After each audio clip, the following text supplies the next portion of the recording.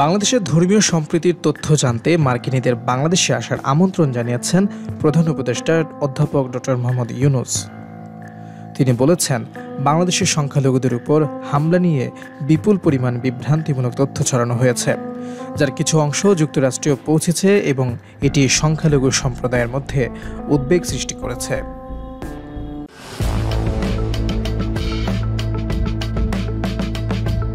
মঙ্গলবার রাষ্ট্রীয় অতিথি ভবন যমুনায় মার্কিন সিনেটর গ্যারি পিটার্স প্রধান উপদেষ্টার সঙ্গে সাক্ষাৎ করতে গেলে তিনি এসব কথা বলেন।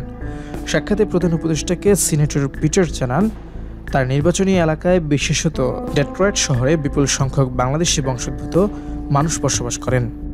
সাক্ষাতে প্রধান উপদেষ্টাকে সিনেটর পিটার্স জানান, তার নির্বাচনী এলাকায় বিশেষত ডেট্রয়েট শহরে বিপুল সংখ্যক বাংলাদেশি বংশোদ্ভূত মানুষ বসবাস করেন।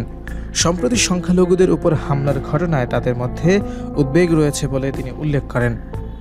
এ সময় অধ্যাপক মার্কিন সিনেটরকে বাংলাদেশে বিভিন্ন শহর ও গ্রামে ভ্রমণের আহ্বান জানান এবং অন্যান্য মার্কিন রাজনৈতিক নেতা, সাংবাদিক ও মানবাধিকার কর্মীদের দেশ পরিদর্শনের আমন্ত্রণ জানান, যাতে ধর্মীয় সম্প্রীতি সম্পর্কে প্রকৃত তথ্য জানা যায়।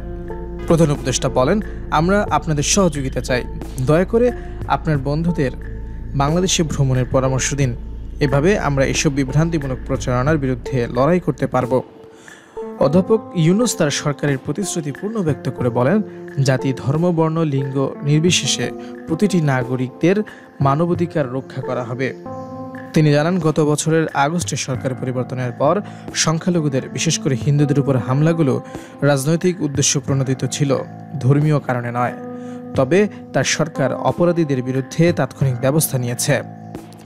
এদিকে বাংলাদেশে নির্বাচন প্রসঙ্গে অন্তর্বর্তী সরকারের প্রধান উপদেষ্টা বলেছেন, নির্বাচন অবাধ, সুষ্ঠু ও উৎসবমুখর পরিবেশে অনুষ্ঠিত হবে। অতীতে আমরা যেমনটা দেখেছি তেমনই নির্বাচনের দিন বড় ধরনের উদযাপন হবে। সিনেটর পিটার্স অন্তর্বর্তী সরকারের সংস্কার উদ্যোগ, প্রধান কমিশনগুলোর প্রতিবেদন এবং স্বাধীন ও নিরপেক্ষ নির্বাচন আয়োজনের পরিকল্পনা সম্পর্কে জানতে চান।